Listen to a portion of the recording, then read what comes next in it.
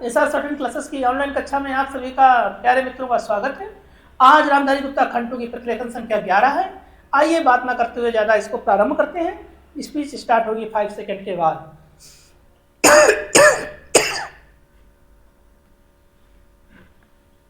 भाइयों, आखिरकार एक लंबे संघर्ष के बाद, जो कि मुख्य रूप से अहिंसात्मक था और जिसका नेतृत्व ऐसे विलक्षण व्यक्ति ने किया जो अहिंसा और सत्य को ईश्वर का पर्याय मानता था, परंतु स्वतंत्रता के किनारे पहुंचने के अंतिम चरण में भारत को खून की नदी में से होकर गुजरना पड़ा खोदी थी तथा जिसमें भारतीयों का ही खून बह रहा था।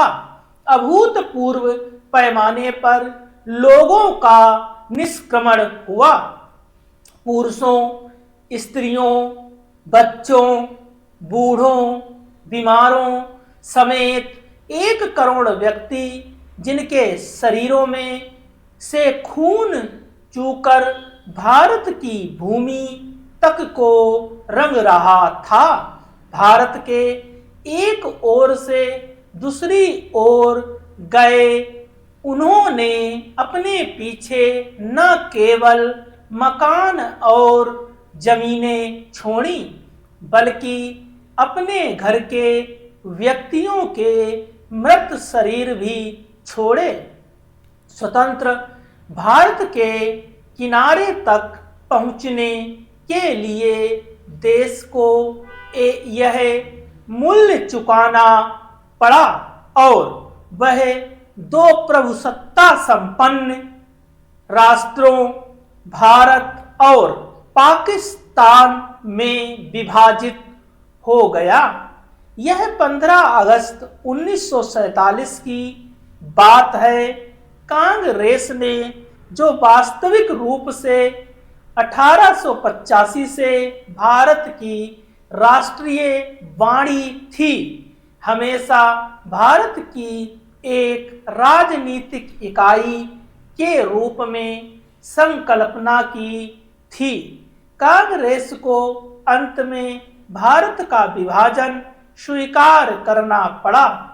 वैसे तो यह स्वीकृति सहमति से दी गई थी, परंतु वास्तविक रूप में देखा जाए तो यह ब्रिटिश शासकों द्वारा पिछले कई दशकों से उत्पन्न की गई परिस्थितियों के दबाव के कारण था।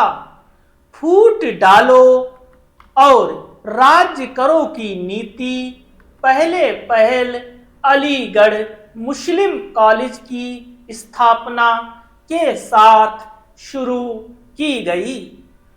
एक दूसरे के बाद आने वाले 3 ब्रिटिश प्रिंसिपलों ने पृथकता का विचार मुस्लिम नेताओं और छात्रों के मन पर बैठाया। सर सैयद अहमद को विभाजन मूलक विचारों को फैलाने के लिए उनसे हर प्रकार की मदद मिली। हम यह नहीं कहेंगे कि इसमें हिंदुओं का कोई दोष नहीं था, जो मुसलमानों से सामाजिक स्तर पर अलगाव बनाए रखते थे और आर्थिक दृष्टि से उनका शोषण करते थे। अलीगढ़ कॉलेज के अधिकारियों को अपने उद्देश्य की पूर्ति के लिए उपजाऊ भूमि मिली। यह सब कुछ पिछली शताब्दी के अंतिम वर्षों में हुआ। इन्होंने सोच समझकर राष्ट्रीय मुसलमानों की उपेक्षा करने की नीति अपनाई। 1947 में कांग्रेस के पास विभाजन स्वीकार करने की सिवा कोई विकल्प नहीं था। विशेषकर गंभीर सांप्रदायिक झगड़ों के कारण, जो कि गृह युद्ध के रूप में धारण कर रहे थे। जिन्ना ने यह सुझाव भी दिया कि सांप्रदायिक आधार पर आबादी की अदला बदली की जाए।